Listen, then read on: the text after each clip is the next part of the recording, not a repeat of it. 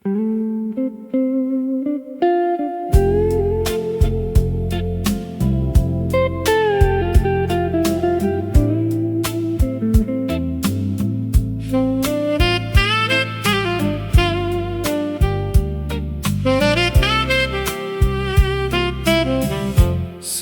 ក្រហមយប់មិញពេញស្រឡាញ់ពេញចិត្តម្លេះទេរូបអូនស្រស់មានមន្តស្នេហ៍ល្អដូចដួងខែពុំភ្លេចមិនបានស្រាក្រហមយប់មិញរៀមពោពេញដោយចិត្តស្នេហា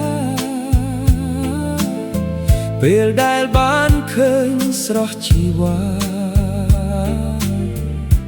អូរ៉ារែងព្រួយអោរងសាលជាថ្នាលសុខខំជីវិតនាងមុំហាក់ជួបទុក្ខា